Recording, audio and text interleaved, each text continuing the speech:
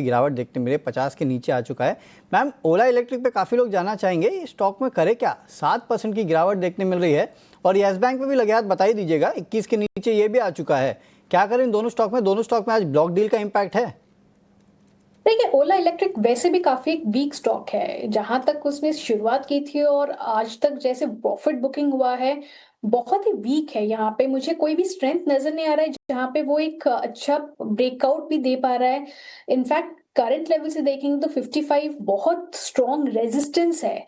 कहीं ना कहीं दोबारा 45 लेवल्स को टेस्ट करने के लिए यहाँ पे आ रहा है। स्टॉक से क्लियरली यहाँ पे एग्जिट कर जाना चाहिए एंड वेट करना चाहिए कोई बेटर अपॉर्चुनिटी या फिर बेटर पीयर में कोई सेक्टर, सेम सेक्टर में कोई बेटर अगर होगा पेयर तो वहां पे एंट्री लेने के लिए। बट स्टॉक यहाँ पे वीक नजर आ रहा है तो एग्जिट कर जाना चाहिए।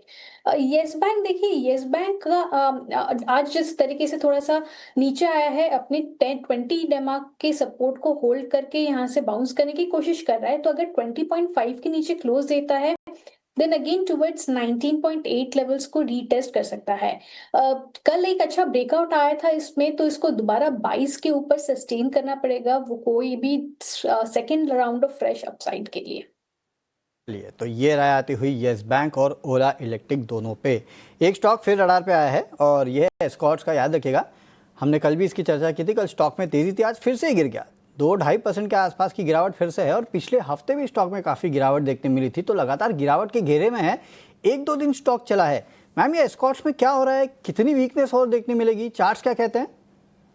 ये चार्ट्स क्वाइट वीक है, सारे मूविंग एवरेज को ब्रेक किया है यहाँ पे। तो कहीं ना कहीं टुवर्ड्स 30 to 50 इमीडिएट सपोर्ट है, उसको ब्रेक करते ही पोजिशनली 3100 लेवल्स भी रीटेस्ट हो सकता है।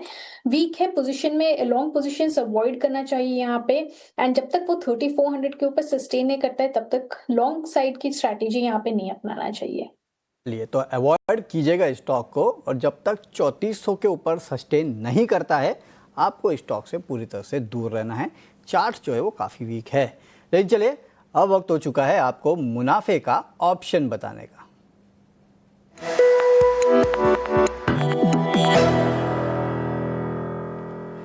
चलिए, आज हमारे साथ मुनाफे का ऑप्शन बताने के लिए हमारे साथ है 5 पैसा कैपिटल के सचिन गुप्ता। गुप्ता जी, गुड आफ्टरनून और बहुत बहुत स्वागत है सर आपका ईटी नाउ स्वदेश पे। बताइए सर, ऑप्शंस के जरिए कहाँ पे कमाई कराएंगे आप हमारी? ओके, सर का शायद कॉल ड्रॉप हो चुका है, तो हालांकि इन्होंने अपनी स्ट्रैटेजी जो है वो हमें भेज दी थी, तो एक बार इनके जो पिक है वो आपको बताते हैं।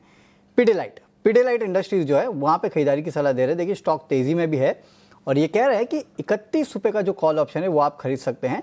72 के आसपास फिलहाल ट्रेड कर रहा है। 98 रुपीज़ का आप रखिएगा लक्ष्य और 57 के स्टॉप लॉस के साथ आपको ट्रेड करना है। जो मैक्सिमम लॉस है यहाँ पे अगर आप देखेंगे तो 3750 का है और मैक्सिमम प्रॉफिट जो है 6500 रुपये का है। तो 3100 रुपये का जो कॉल ऑप्शन है वो आपको खरीदना है। 72 के आसपास जो है वो ये फिलहाल ट्रेड कर रहा है। लेकिन हाँ, क्योंकि ऑप्शंस का कॉल है तो हमारा डिस्क्लोजर सुन लीजिएगा। एक तो स्टॉप लॉस जरूर रखना है और दूसरा, सेबी की स्टडी कहती है कि एफ ट्रेडिंग में 10 में से 9 लोग नुकसान करते हैं। औसतन नुकसान 50,000 रुपये का होता है, तो आप सोच समझ के कीजिएगा ट्रेडिंग।